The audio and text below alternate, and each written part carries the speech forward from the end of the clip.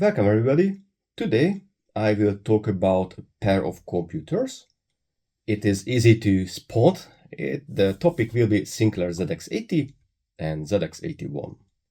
I will start with the history, then I will switch to the technical details, and finally I will give you a summary and I will play with few games. Many people think this is the first Sinclair computer, but in fact there were much longer history behind Sir Sinclair before they started to produce this one.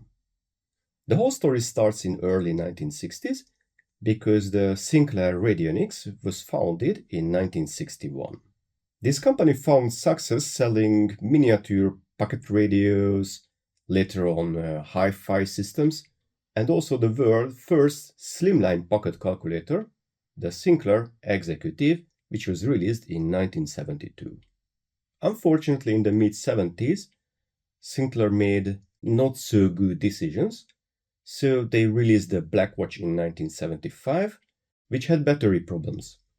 And in 1977, there was the Microvision, which was a pocket TV, and it was late to market, and it was too expensive. It is interesting to hear that, especially because Sinclair specialized its company to sell everything directly to the customers, and his other key focus was to keep prices low. Because of the financial losses, the British government was forced to take a control of radionics, and that way they prevented bankruptcy. For me, it sounds similar to Commodore, because Trema's company also had a problem, and it was saved by Irving Out. But Sinclair had a B plan, and it was a kind of sleeping or shell company, which later released the MK14 computer. Behind this computer there was Chris Curry, who convinced Sinclair to release this computer kit. Curry recognized the potential of microcomputers and pushed for the release of the MK14, which was a low-cost single-board computer kit. It became an unexpected commercial success. Curry wanted to build a more complex, full-featured computer, but there was a split between him and Sinclair, because Sinclair insisted on an ultra-cheap computer. So something stripped-down consumer product. If you find again similarities with Commodore, then you are right, because Jack Tramiel could see the success of these very small and very cheap computers, and this is where his computer for the masses, not for the classes slogan started. But back to Sinclair and Curry. So Curry wanted to build a more complex computer, and this disagreement led to Curry to resign, and in 1978 he co-founded the arch-rival company, the Acorn Computers. So after the MK14, we arrived to the Sinclair ZX80. Sinclair's vision was that to produce the world's first mass-market computer priced under 100 fonts. It was dirt cheap back then. But if you think it was Sinclair's computer, you are just partially right, because he was the leader of the company and he had this vision. But in fact, it was created, so the hardware was designed by Jim Westwood, while the design of the keyboard and the casing was done by Rick Dickinson. And there is the software side, so the credits there goes to John Grant and Steve Vickers. So finally the ZX80 was ready for the market, and it was launched in January of 1980.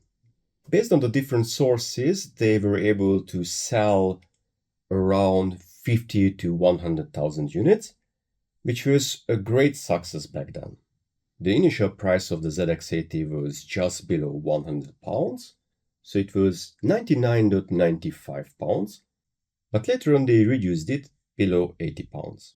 The next year, in March of 1981, they released the ZX81. This machine solved the ZX80's screen flicker issue, featured a better math, and kept the same price. So they released it just for £79.95. But there was also a kit version, and they dropped the kit price to $49.95, which means for £50, anyone was able to buy a computer and put it together. For me, it is very important because such small computer was our first family computer. My father bought it in UK, and I can recall how he put it together in the kitchen. I really tried to help him. Right now I know I just distracted him, but those memories are so sweet to me. I have very fond memories towards this computer. But what is important, they sold around 1.5 million of these computers. To reach this number, it was necessary to sell it outside of UK. To conquer the US market, Sinclair licensed the technology to Timex Corporation. Timex manufactured and sold the machine in America as the Timex Sinclair 1000. After this long history introduction, let me open the computers and compare them. So I have the two machines in front of me. You can see the PCBs of the ZX80 and the ZX81, but let me start with the case first. So if I compare the ZX80 to the ZX81, what I can say, this one is very fragile and it is easy to bend, very thin. It's like, I don't know, like paper made, or it's plastic, but it is really not that good. This one is much more solid and it is integrating the keyboard. The keyboard, in both cases the same membrane type, it is not that good.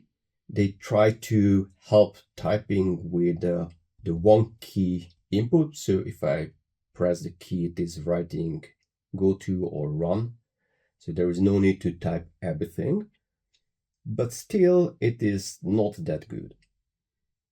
On the other hand, if I check out the hardware itself, they are very similar. The ZX81 is just a slight upgrade on top of ZX80. So we have 1 kilobyte memory here and here. We have the EEPROM. So this one stores the BASIC in both cases.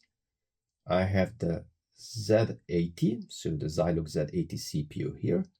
This one is an NEC version, but this is a Z80 as well. It is running on 3.25 MHz. The ZX80 is built from a lot of standard TTL ICs, while the ZX81 has a single Ferranti ULA. Ferranti was a British company, and they worked together to simplify the machine. So all of these TTL ICs are crammed into this single IC. Otherwise, the two computers are very, very similar. These are the modulators, so this is where I can connect to the television. This is the edge connector. They are almost the same. These are the ports for the cassette tape. This is what I can use to save and load my basic programs. And there are only two differences I can mention. The first one is the basic. The ZX80 has a 4 kilobyte ROM, while the ZX81 has an 8 kilobyte ROM. The ZX80 lack handling of floating point numbers, so this small machine can handle only integers.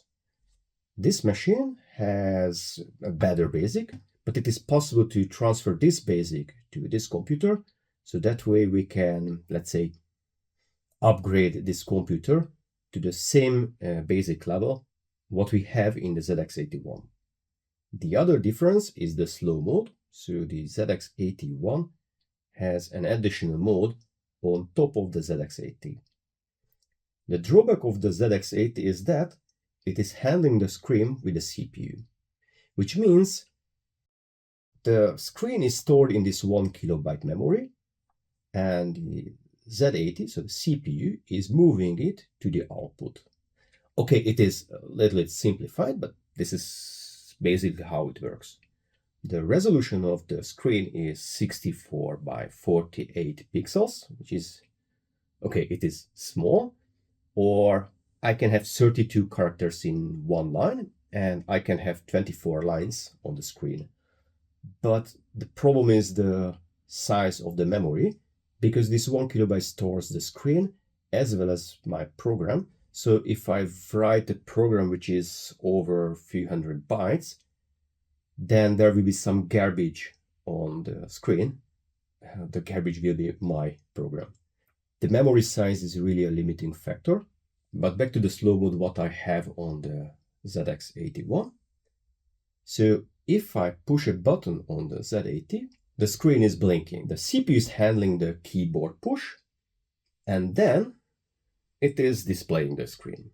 In the ZX81, they made it possible to display the screen and handle the keys and the program execution just when there is no screen display. So there is no need to shovel the memory to the output.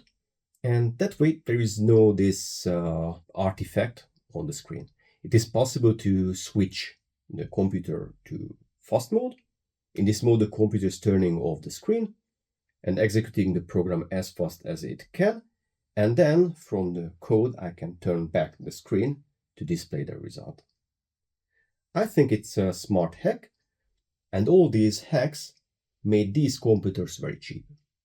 I can criticize these computers because they are very, very primitive. But on the other hand, they are very important. It was a cheap computer, but with the integration, it was a very, very cheap computer.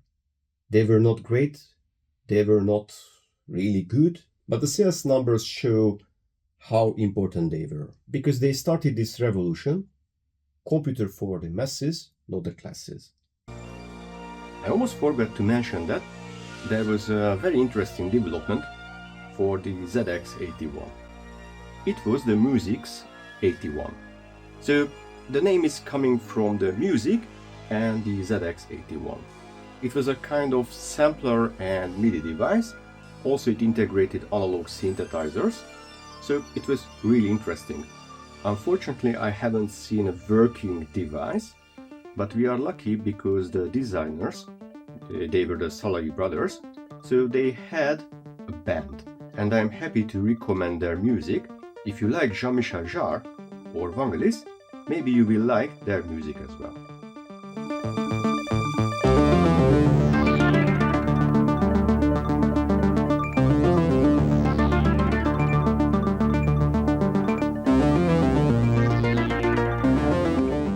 I hope you enjoyed this video until now. Stay with me, I will load few games. Join me next time. Goodbye.